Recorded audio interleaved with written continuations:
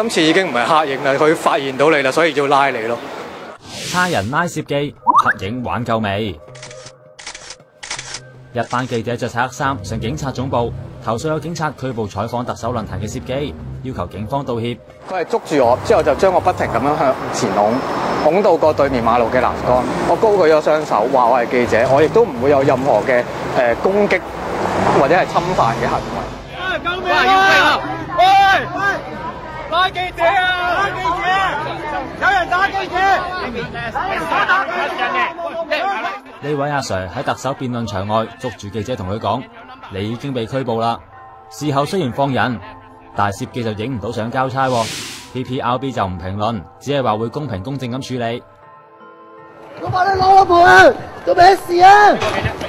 上年阻住記者拍嘢嘅保護要人組警員，一哥竟然話佢哋見到嘅係黑影，到而家都未有人處分啊！